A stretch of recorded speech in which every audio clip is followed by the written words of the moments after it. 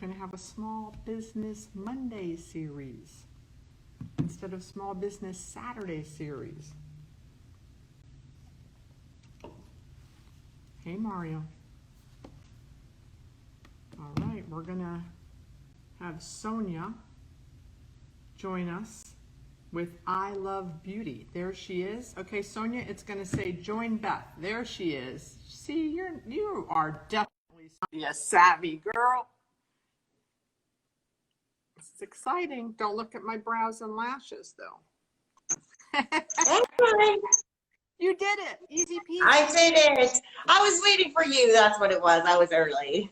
You were early. That's good. The early bird gets the worm, right? That's it. That's it. I just said don't look at my eyes or my brows or my lashes. Okay, take care of you. Now, come on. I need to come in, right? Right. So we're going to just chat for about 2 minutes, and then we'll start, if that's okay. Sounds fun. Did you have a good weekend? I had a great weekend. Our weather was fabulous, so, you can't not enjoy that. So sure I did. How about yourself? Yeah, it was great. Saturday, we actually went to a birthday party, and my son works at Sawgrass Middle Small. We went to visit him. Got to go back to church this weekend. So things are, hopefully they're starting to open up, and hopefully they're going to stay open up. Yeah, let's hope so, right? How did you find me? You know what, now you caught me off guard on that one. Now I honestly don't remember. Probably because of just small business connections or that sort of thing. I think we have connections that way, but I honestly don't remember to have to look back and see. Yeah, I don't remember either. We've been talking for a few weeks trying to get you on the show, yeah. Right? So, all right, so you ready to get started? Absolutely. All right, well, we are here on our Small Business Saturday series, and today we're welcoming Sonya. Is that how I pronounce it? Well, I say Sonya, but you can say Sonya. Sonya. And Sonya is with I Love Beauty in Coral Springs. Yes. And so, Sonya, please tell our audience when you started, how you came up with the name, just, where you're located, how many years have you been there? Just give them a little bit of information about I Love Beauty. Well, that was a whole bunch of questions. So you can sit back now and I can answer all of those. So I Love Beauty, first of all, is my my DBA, so it's my doing business as name, so that's what's out there. And it was kind of play on words because I love beauty, right? And when the business first started, I was really focused on eyes, and in particular eyelashes. And in fact, one of my early taglines was that you could come be queen of the castle, and that I touch, influence, and inspire others through beauty on a daily basis. Come on in, you deserve a lash nap, and you can wake up beautiful. So that was my early part. But also sort of behind the scenes, because I cannot talk about how did I come up with my name without also talking about why it started, and my real LLC name, which is Chase Passion. And that is named for my late son, Chase. Chase was a victim of gun violence. He was shot to death at his desk in a law firm. He was working as a law clerk. And that was just 4 years ago now. And so I Love Beauty and Chase Passion came as a result of that to give me a way to keep going after that, and to keep Chase's name alive. It was like my way to form a partnership with him and to have to keep talking about him, because as uncomfortable as it is, and especially now in light of everything, we can't unrealistically not have a conversation about the growing hatred and gun violence and violence in our country, and what we're going to do about it. So that was why it started. I'm located in Coral Springs on Wiles Road. I started out of a closet in my house, but now I'm in about 1,000 square foot storefront. I'm here by myself. So that's another great thing, especially in the times that we're in and coming out of COVID and people being concerned about their health and safety. you really are queen of the castle when you come here. So it's just you and I, or whomever you is as my guest, and myself. And there's a beauty boutique, so I have like loungewear and intimates, makeup. It's expanded from just lashes, so I have skin services and other things to help you feel beautiful. Wow. Well, first of all, please accept my condolences about your son, Chase. I'm so sorry. Thank you. I didn't know that. I'm so sorry. Yeah, that's always a whopper when you don't know, and then I stalk you with the black lead balloon. But again, it is my way to get to continue to talk about him and honor him. He was a great young man, and I love to talk about him. He was going to start law school the year that he was killed. So, I like to brag on him, but it is absolutely what keeps me going.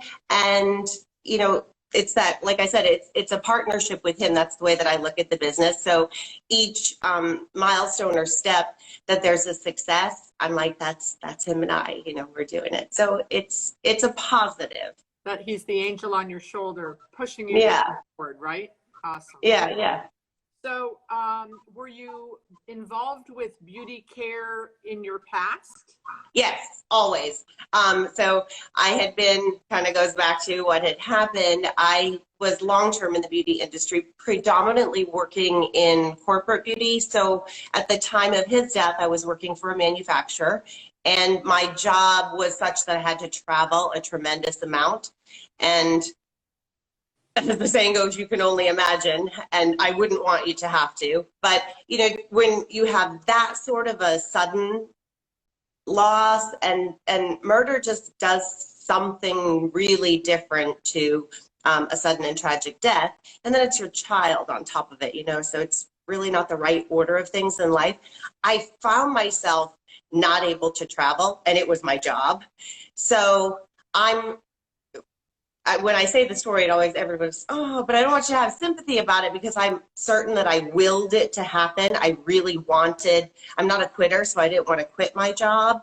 But 5 weeks after his death, I got a voicemail message from my HR department letting me go. But again, I wanted that to happen. I really didn't have a plan, but I thought, I'm going to start a business. If other people can do it, I can do it. And I'd been in the beauty industry always. I had been a hairstylist, and I had worked for, like I said, corporate manufacturers for a number of years in either sales or education type of roles. And those roles were such that I was in other people's businesses all the time, telling them how to run it better. So I thought, I've done this, I could do it. It wasn't as easy as I thought it would be. It's way easier to tell someone else how to do something better than it is when you're in the thick of it. But nonetheless, the answer to the question is, yeah, I was a long time in the industry. I got let go from my job, and I just started doing lashes. I got trained, and I started out of my house because that's all I could do, and I kind of bootstrapped the whole rest of it. And here I am. I'll celebrate. It really isn't 4 years in business, because those first kind of few months, like I said, I was in my closet. So I really say it'll be 3 years at the end of this year that I'm in business. And if I could flip my camera around, I'm really proud of the space that it is now. Well, if there's a way for you to take it and walk later, I do want you to. Yeah, we'll do that. Okay, great. So, yeah, because that's since COVID, and for 9 weeks, I've been doing these interviews. And I've learned how to do IG Live, Instagram Live. I didn't know how to do it before this started. And now that people are starting to open, I've actually gone to some people's places, or they've been in their spaces to show. So I love that, right? Good. So it's so funny, my closet. So I'm divorced. And I took my ex-husband's closet and made it my office. So see? There's all kinds of things you can do in closets, Sonya. So much. And I love that part of the story. Like, it was in my closet, and it really was. You came out of the closet. I did. Why did you pick, do you live in Coral Springs? I do. Okay. I do. And how did you decide to pick your location? Because we have a lot of leasing agents. So my audience is filled with...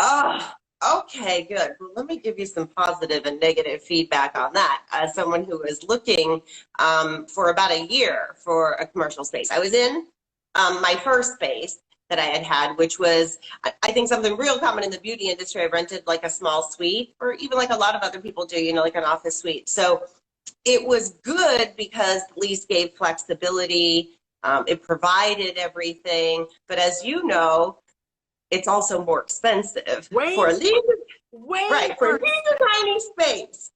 So as I was cramped, it was smaller than my closet, Beth. I don't, it really you was. know, I own 6 shopping centers, and I have one of those salon suites as one of my tenants. And when he told me the numbers, and he told me what people are paying in those little, I said, I'm in the wrong business. I'm in the wrong rental business. Yeah. So hopefully you have somebody on here who wants to team up with us, because I'm in the wrong business too. I need one of these. Wow. Definitely. But I was there as a renter because it gives you some good flexibility, especially as you're starting a business. If you're, you know, if you don't yet have credit, or, you know, there's just a lot of reasons to select that. But at any rate, I knew it very early on, this is not cost effective. I knew I could have a much larger space, which would enable me to expand and to do other things. I mean, I started this, you know, kind of in this not good space mentally, and I knew I wasn't going to always stay there. So ultimately, there's other things that I want to do, and how am I going to do that? And I wasn't going to be able to do that in this little box. So I was looking for about a year, and I had put out there on Facebook. I had connected with people that I knew that were realtors, and I was begging for help. I got this many phone calls, this many contacts, this many returns, and I literally put it out there everywhere. If there was a public group on Facebook that was within Coral Springs, I put it out there. But I didn't hear back from anybody. So a little about me, I ride a bicycle. That's how much I put into my business. When my lease was up on my vehicle, it was maybe a year after I had started the business. I was kind of going, I think I could ride a bike. I live really close to where I rent. You know, I kind of think I could do it maybe for 6 months. I could just save that cost and invest it back into my business. And here I am, almost 3 years later, and I still ride a bike full time. But at any rate, it gives you a really ground level into the city because I can see every storefront. So during that time, this September, I'll be 2 years in this location on Miles Road. So this is what I consider my dream location that I'll be in. But throughout 2016 and 2017, or the end of 2016, all through 2017, when I was in my little suite, I was biking around and looking. If there was an open commercial space in Coral Springs, I could tell you about it. And it wasn't because a realtor contacted me back. So that was frustrating. It was frustrating to learn that I really needed someone to help me.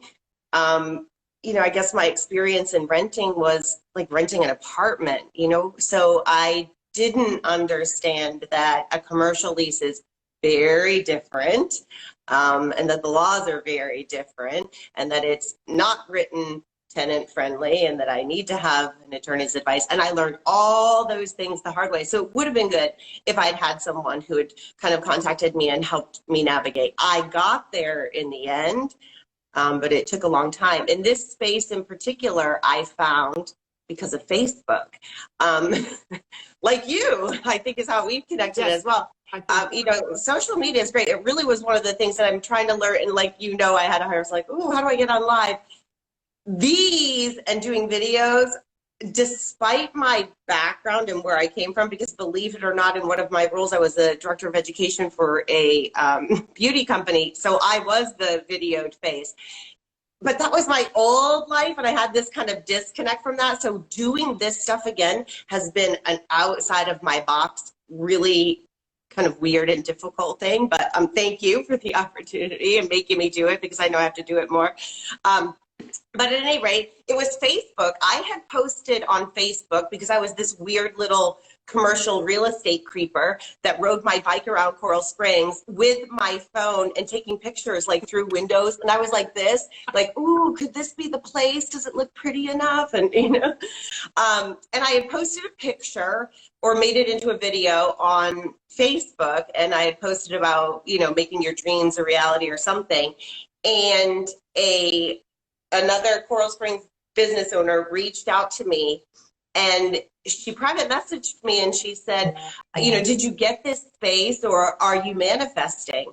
And because she said the word manifesting, I was like, oh, she's kind of my people. I got to reach out to her. So I reached out to her. I didn't have that space, and I was kind of like, willing this to happen in my life. So I reached out to her and said, no, I don't have it. It's funny you said manifesting. That is what I feel like I'm trying to do. I'm trying to bring this space to me. And she let me know that she had a studio. She's a photographer, and there was a space next to her that was a bridal studio that she thought would be perfect for my business. And so I have a grown daughter, so she happened to be over. It was a Sunday. I'm like, well, let's go swing by and see this place. But I had already found a place across from where my current location was on Sample Road, because as you know, like moving a location, I didn't really want to be too far, and I could literally move across the street from where I was. So I kind of had my thoughts were there. So anyway, my daughter and I came over and looked at this, what is now my space, and we peeked in the windows like the little creepers we were, and fell madly in love. The natural light in here is spectacular. It's lofted, so there's an upstairs space, and it's sort of open. It looks like a castle, and at the time there were wedding gowns in here, so of course it did. But that was where the fall in love took place, and that was in March of 2017, and fast forward, I didn't sign this lease until 2018. So that shows how long that process was. And I literally rode by here every day on my bicycle, or almost every day, and sang songs out loud, like with my son, and peeked in the windows. So here it is. So was the bridal studio going to be closing, and then you Nope. called the leasing agent, and how did all that happen? So yeah, I got in contact with the leasing agent because yes, the bridal was relocating, so not closing, but certainly not renewing their lease here. And that process was long and terrible. It actually ended up really well into my benefit, obviously, because I'm here. But there was a first series of negotiations, if you will, and that was my dumb stage when I was in kindergarten and they all had a degree. And I was ready to sign anything. All I was concerned about was what the number was in terms of my rent. I didn't even read it, a 45-page document. And I was like, yes. And thankfully, some things happened and whatnot. And my uncle, who is an entrepreneur and has several successful, much larger businesses, said, whoa, wait a second, what are you doing? And promptly ripped that up and backtracked me months and months, but ultimately in the end, got me the help and the guidance that I needed to better negotiate what I now have is what I think a doubly favorable long-term lease. So my business should be here a long time. Awesome. Okay, so can we go back a little bit? When you were 8 years old, Sonya, eight or 9 years old, were you an entrepreneur at heart? Like lemonade stand? I don't really think so. Or were you? I mean, an entrepreneur in the sense of perhaps wanting to have money and wanting a way to get it, but I don't think, like, ooh, I should, try to sell lemonade. I was probably too selfish. I was an only child. And so, if my grandparents gave me lollipops, which they did, and if I didn't like the flavor, I'd rather throw it away than like give it to somebody. I was rotten. So probably not. It wasn't until. Were you involved in beauty? Like, did you dress up Barbie dolls and make Yeah, always that sort of thing, and cutting their hair. But I'd say the entrepreneurial spirit really lit for me just in adulthood and as my career unfolded. I just ended up naturally in sales, and it gave me ultimate control over my income, right? I mean, the more you sell, no matter what you're in, if there's some sort of incentive base, then you earn more. So it didn't take long for me to realize I can double, triple, quadruple my base, which was nothing, with prizes and money and other things. When I did to Florida, I actually moved here from Minnesota. It's 9 years ago now. And when I moved down here, my oldest came with me, and my little grandbaby at the time. And I decided I didn't want to take anything from Minnesota because it's dark and, Midwestern, and the style is different. And we were moving to sunny South Florida where everything was going to be bright and great, right? So I knew everything, light and bright. And I furnished the entire condo that we moved down to off of points that I had saved and earned from the year before with a particular company that I repped for. At the time, I had multiple companies. So, it was great. So no, I think that spirit was born as soon as I entered my workforce and went, oh, you could double, you can triple. For me, it was a no-brainer. I'm from Wisconsin originally. Oh, so that's why we like each other. The Midwestern heart. Exactly. When you started, did you have an income goal or like a gross revenue goal? And did you meet that, or was it harder to reach that? And did the whole selfie generation, I'm in retail, own centers. I've been doing retail leasing for 35 years. And this whole selfie thing has really propelled the beauty industry. Yeah. Like I put on makeup today to do this video. I would not have put on makeup. And right. Don't look at my makeup. But normally I don't care about who's I'm interviewing on the makeup. But so the selfie generation has really helped the beauty industry, hasn't it? I don't know if it certainly hasn't not helped. But as far as I've always said, I love vanity, right? It's my industry, it's what sells. Vanity but sells. I really feel like no matter what, it's out there, it's in us. It's this innate thing. No matter what, no matter how bad things are, and no matter what your level is, right, in terms of expendable income, she will find a way. Right. It will happen. Whatever that thing is for her, she will have it. So I don't know. I've always considered it a really kind of recession-proof thing. It's a lot like real estate in that. I mean, I'm not saying that you have, the busy bus is just going to pull up and, here come 100 new people. That's not it. You certainly still have to work that hustle, but she's going to come. Well, you have to let her know it's there. You saw that on Facebook in the last 9 weeks where, people are saying, oh my gosh, showing their nails, showing their roots, right? Everyone was like, I got to go to the nail salon and the hair salon, the nail salon and the hair salon, right? Yeah. So, are you, have you reached your goals that you wanted to reach when you opened, and how do you? Okay. So then take it backwards again. Yeah. When I first went into business for myself, oh my God, can I first say it was the scariest, most horrific and great thing all at once, all the time, and probably still is, right? Like there isn't a time that I'm not looking at my numbers and, projecting and wondering what's my next step and what am I going to do. So that hasn't let up, but I suppose that was there even, when I was doing something for a company. It just took away that safety that I had felt, right? It just then all really fell onto my shoulders. Right. And it was scary because I really I hadn't planned for it. It was the result of something that was tragic, and I think my family didn't argue with me because the state that I was in at the time, they couldn't be like, Sonya, really, are you thinking this through? Do you have money? Do you have a plan? What's going on? And I didn't have any of those things.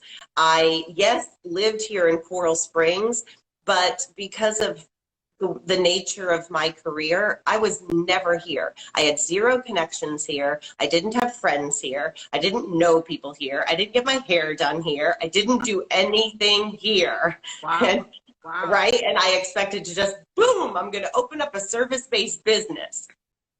And that's a lot. And I didn't have anything saved for it. So, and also the idea of what I was going to do. Well, I shared with you, yes, I'd been in the beauty industry and yes, I'd been a hairstylist. I'd had that. I was venturing into something that I hadn't done before. And I was doing it because I thought, well, it'll keep me around people and it will keep me connected with people. But I kind of had diarrhea of the mouth at the time, and I didn't want to explode with something that I couldn't control. Right. And, not cry and things like that. So anyway, my revenue goal at first was, oh crap, I really kind of need to replace my income because how am I going to live?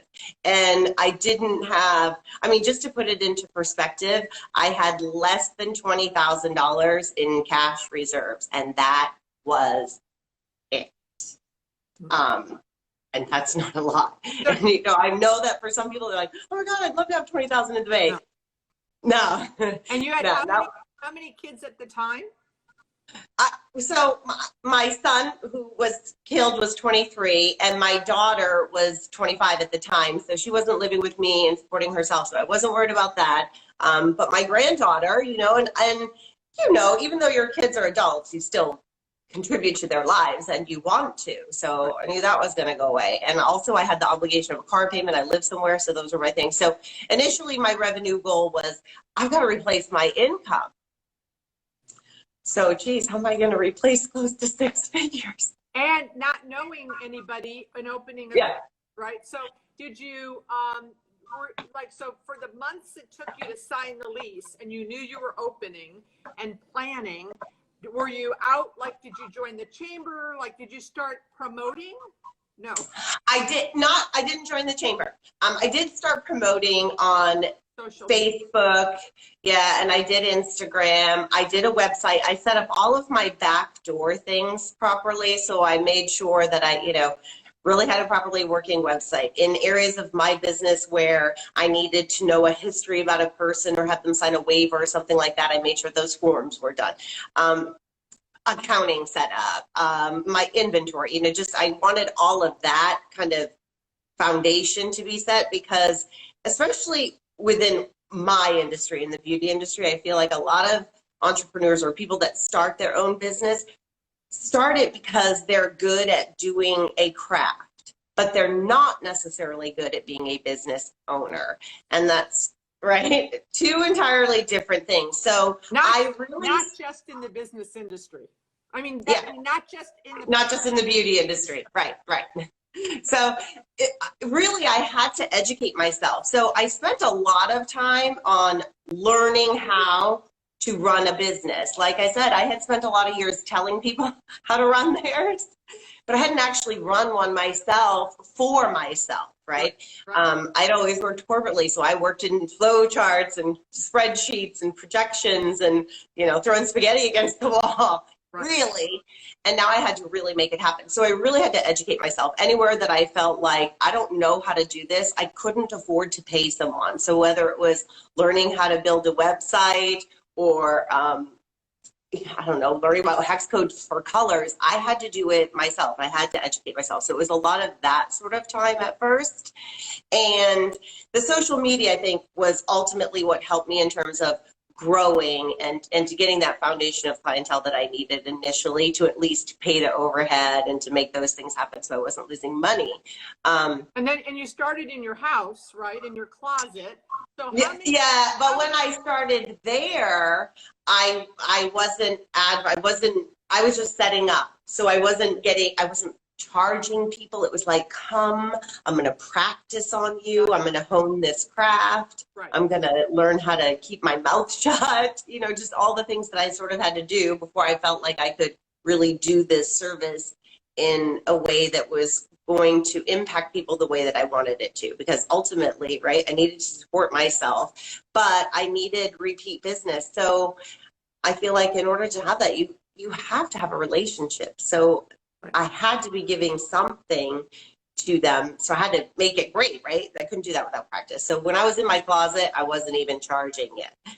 So when I moved into the suite, that's when it happened. Okay, so you opened the doors and you had unpaid customer followers. Oh, yes, but I was smart on that one. So I already dumped all of them prior to. So when I was ready to open. No customers, literally. No. Literally, no. God love you. I heard a quote this morning that I just want to say to you, because everything you're saying, I'm like, you are made for this quote. Are you ready? Yeah. Risk is the price of opportunity. That is you, Sonya. That's it. Because so I'll probably say this, 100% bootstrapped. I did end up having to break down, so I'll give some shout out to my mom. She'll be happy for that. She let me, hey mom, again, no matter what your kids' age are, right? You still help them out. I'm in my 40s. Right. Thanks, mom, who gave me a 0% credit card with a very nice limit and said, do what you need to do. So that helped me in terms of freeing up my cash. So I was able to invest in the things that I needed in my business using that card.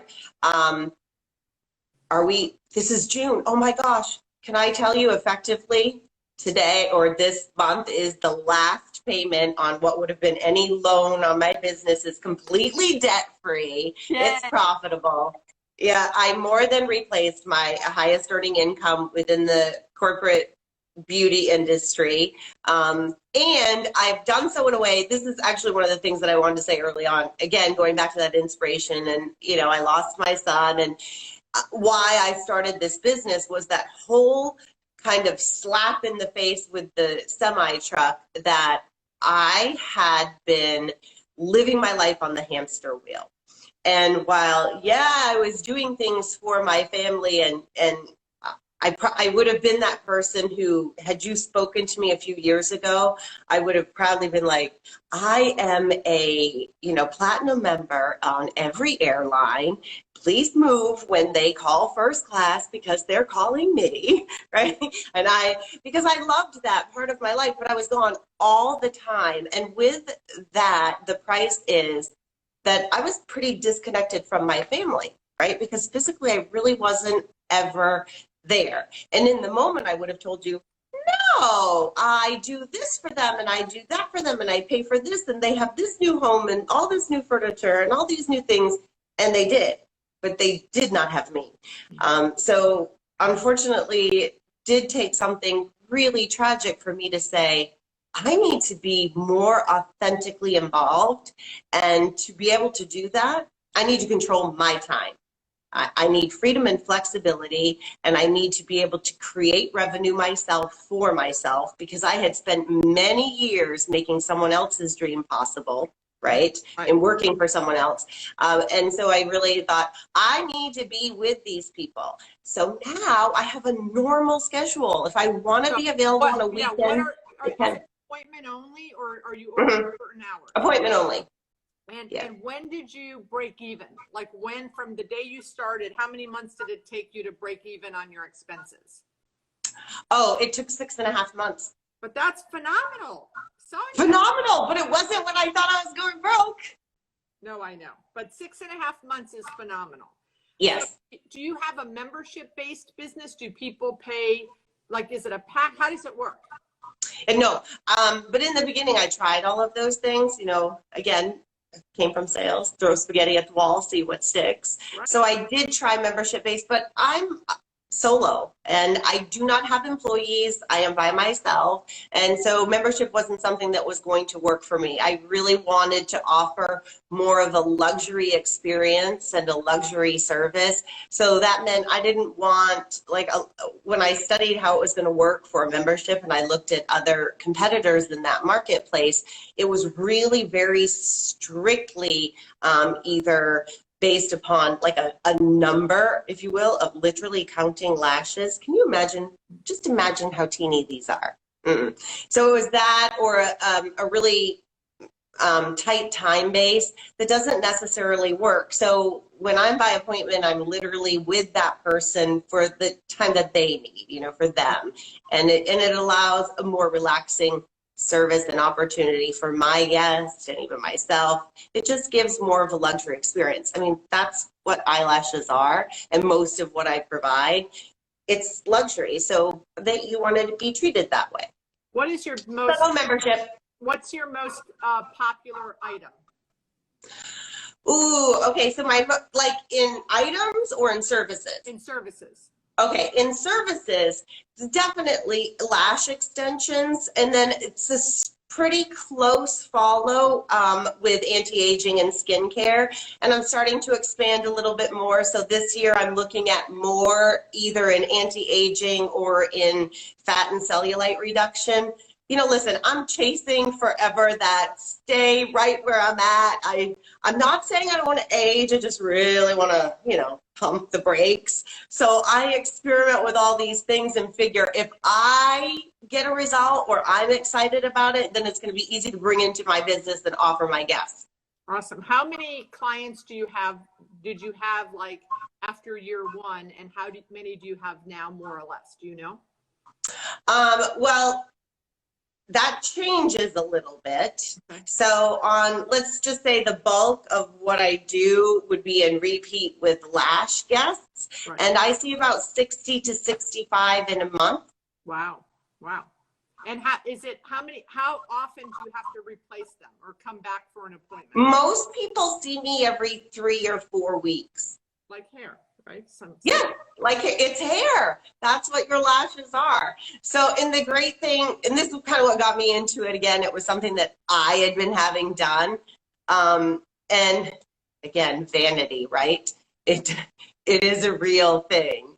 And sorry for the sad story, but I had to attend my son's funeral. And what got me through the day before, we were back in Minnesota for services and all, and my daughter and I and my auntie who lives there was like, I can get you in with my girl for lashes, because I had cried mine all off. And I said, yes, let's do that. So the day before I had my lashes done, and I was like, I can't be here and be a mess. I got my lashes. I know it sounds silly and vain, but, I really needed to hold myself together, and that helped me. Right. And I thought, if that would help me, silly, it's just this little thing, it could help somebody else to feel better and feel good about yourself. And it did. It made me feel put together. It made me feel good. And when my eyes were all puffy and swollen, I still looked okay, even though I didn't have any makeup on. And so that now fast forward into like regular life, it makes my life so easy. Like, I'm on this with you, and I did fix my hair, but I fixed my hair, but I didn't do anything here because I have lashes. I also do brows here, so I have my brows. But with lashes and brows, I can look like a full face of makeup, and I don't have to bother with it. And you know what it's like here in South Florida. I mean, sometimes you step outside, and if you have anything on, it's like slow. Yeah. Yes. And unfortunately, after you hit a certain number of years of walking this earth, there's little lines here and there, and makeup tends to stand in those spots, and I can't stand it. So it just makes life easier. So would you say that the majority of your new business comes to you from where? Does it come from, they see your sign? Does it come from social media? Does it come from referrals, like from existing? So it really is. If that's something, obviously, I track. Every new person who comes in, I want to know, how'd you find me? Was it Google? Was it Yelp? Are you finding me on social? Did someone refer you? I mean, because people who refer get a nice little gift. But actually, it's a toss-up. So it's almost a 50-50 split. Google is my #1. So that's why I'm a strong, when I kind of try to help mentor other beautypreneurs out there, that you need to be at the top of Google and how do you get there, and that sort of thing, because it's important. And I feel like it's even more important than your website. You know, your website is the razzle dazzle and where you sell it, but how do you drive that business there? And Google is certainly my number one. And now it's a number two of referrals. It didn't used to be. So it used to be a toss up between Google and Facebook. But now it's kind of switched a little. Facebook is still right up there though, but it's dropped. And it's harder now on Facebook. Algorithms change constantly. You know, it's constantly changing in terms of how you can run your ads and things like that. And that it's just harder to keep up on. So now I think Instagram is easier. I'm starting to do more with Instagram, but I still can't say or stress enough about, you know, Google and being at that top of that search. I mean, it is what people do, right? You're out there like, I want to find the best, whatever it is that I'm looking for. And you want your business to pop up there. Right. So since a bunch of my followers are leasing agents, and thank you for lots of great advice that you gave us earlier, do you know what the word canvassing means? I would assume that they're coming out and coming around and asking if you have any needs or you're wanting to relocate, if you knowing that someone does, because that's what I would have done, except not with those questions, but for my industry. So that's what that means. So if a leasing agent, if you were in your studio and you were not with a client, maybe you're doing some paperwork, it wasn't like in a peak time, and I walked in and I said, hi, I own shopping centers in Southwest Broward. Have you thought about opening another location? How would you feel about that, about me interrupting you about that? My business is kind of a hard one for that, only because I'm here by appointment. And if I get my office is upstairs and it's not necessarily visible. So you can't always tell if I'm here, and if I am and I'm upstairs working, my door is locked. You know, safety. I'm a woman by myself. For sure. But actually, I mean, occasionally it has happened. Sometimes I'm downstairs and I'm cleaning or whatever, and then the door is open and people would come in. And I don't mind that. If I have a guest, that's entirely different. Of course, but if you were alone and I said, hey, I have shopping centers in the area, have you thought about, are you happy with your current location? Have you thought about opening more locations? I preach this. I tell leasing agents, go knock on doors. And and the leasing agents say, oh, the business owners, they don't like to be interrupted. And I said, well, yes, they don't like to be interrupted if they're with a client. But if they're not busy, I think they want to hear about real estate. I would. And I would for many reasons. More importantly, because now I'm far enough along in my business that those questions are pertinent to me. Because now, much like you, I'm thinking about those suites and I'm going, I got to get in on these, you know? So it would be. And there are times people, like I said, have come in here and if I'm not with a guest, yes, or even if I am, I'm sorry, I see you're with somebody, you know, can I get a time with you? Can I leave a card? I don't mind those things either. And if it's something, again, where there's a little pique of my interest, drop me a little bone to pique my interest, then I'm very open to that. Yeah, I physically canvass at least once a week pre-COVID. And and then the rest of the week I do Facebook DMs. So if I want a lash brow operator in one of my shopping centers, I will Google, I will see the top 10, and then I'll go to Facebook, I'll put in your name, and then I'll DM you and say, hey, I have shopping centers, are you looking for more locations? And then I get right through to past the gatekeeper if there is one, and right to most of the time. Yeah. I would totally recommend it. Awesome. Okay. So we're winding up. I wanted to bring something up to you because you mentioned hair salon stylists. You used to be, you used to do hair. Did you say that right? Yep. So currently, so now I'm going to come back to you and to your audience. I have 3 hair salons that operate out of my shopping centers. And they're all 3 looking for stylists. And if you know any stylists that are in those suites looking for a new home, will you send them my way and I'll tell them Yes. What areas? In Davie. Coral Springs? Davie. Davie. And Okay. they're I'm all, not sure if I know anyone in Davie, but I'll definitely put it out there in my network. I always know people that are looking.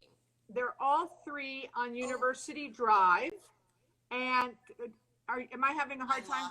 My phone ended up ringing. This is me without having That's okay. dual things. So That's I okay. lost your voice for a second, but now you're back. Okay.